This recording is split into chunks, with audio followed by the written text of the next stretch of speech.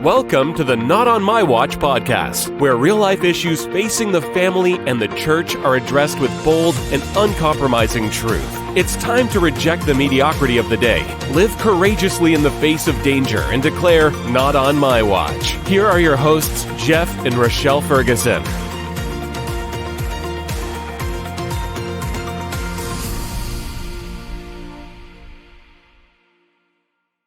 Welcome to the special segment of 10 Minutes in the News. I don't even remember the title. Is that right? 10, exactly, got it right. 10 Okay. Minutes in the News, where we talk about 2 articles, 10 minutes, and we go. All I know right is that it's short, and I brought my article. So here we go. Exactly. I'm going to Let's set go. the All right. timer. We hold ourselves to it. So we And even there have we a go. timer. Okay, timer's on. Here we go. You going first?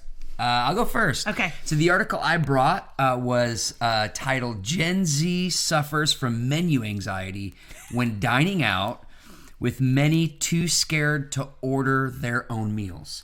So read this article, and we'll link it in the show notes. So 86% of Gen Zers say that they have menu anxiety when they order. I don't even really know how to go there. What do you talk to me about it? Because I'm kind there's of this general feeling of anxiousness when they can't order. So many people are deciding not to go out because of this anxiety.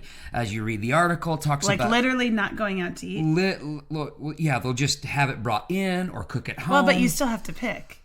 I don't understand it. I'm just saying 86%, and they're talking about how there's just a general. Obviously, this generation, Gen Z, general anxiety is a whole lot higher in this generation. And I find the last paragraph to be the most telling. Okay, tell me what it is. Last paragraph to be the most telling. Because so many Gen Zers are anxious, and because so many have trouble in non-digital social spaces, even activities as simple as ordering food sometimes becomes things to be avoided. I think this is huge. And here's the thing. This is about the digital age. This is about being anxious in, quote, non-digital social spaces. An emerging generation is feeling more anxious when they're not in a digital environment. And I would say I do not fault Gen Z for this. Okay, so I don't fault Gen Z for this. Okay, you want to keep going there? You go for it. I'm just guessing that, especially through the pandemic, because I had never ordered ahead until I think the pandemic, and then I started using my phone to order ahead. Because they said, hey, just do the pickup or whatever, mobile order. That's what it is. Order. Awesome, by the way. And I like it. But I can see where it can honestly take away any kind of human interaction. Oh, absolutely. Because you can just order on your app, you put all the customizations that you want, and then you just go in, get it, and you don't even have to look at somebody because it's your name's on it.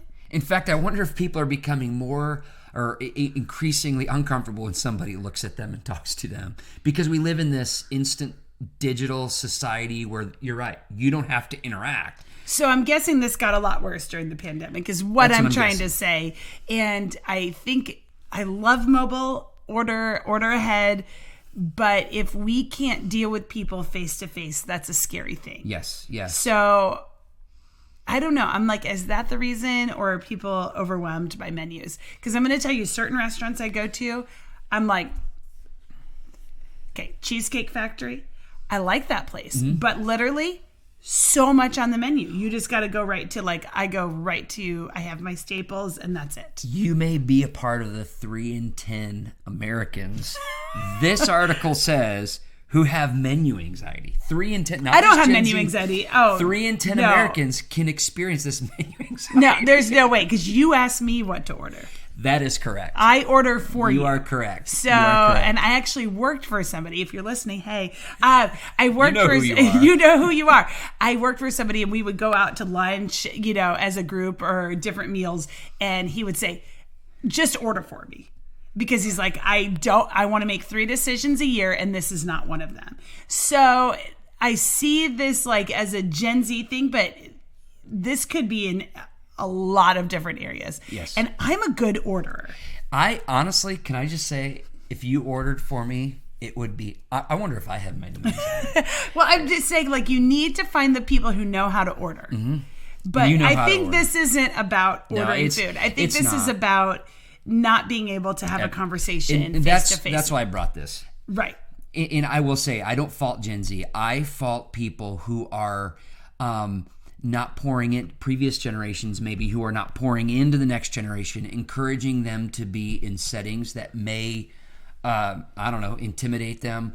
Kids need to know how to speak to waiters. Okay, this is going to be a different podcast because Yes. we're going into something, Yes. but I think we need to talk about the fact that kids need to learn how to talk to adults appropriately. Yes. So, like, if you have a waiter Yep. or a waitress, and I get it, like, sometimes that there's all these special customizations or whatever, it's like, I haven't always made my kids like, no, you order for yourself. Like, sometimes I order for them, especially if it's like changes to the menu, stuff like that. Like, I get it, but Well, it's think we hard need when to you're be ordering able a non-fat no-whip mocha extra hot with a pinch of cinnamon in it. oh my goodness, you do takes a not do lot. that. That's extra. Okay.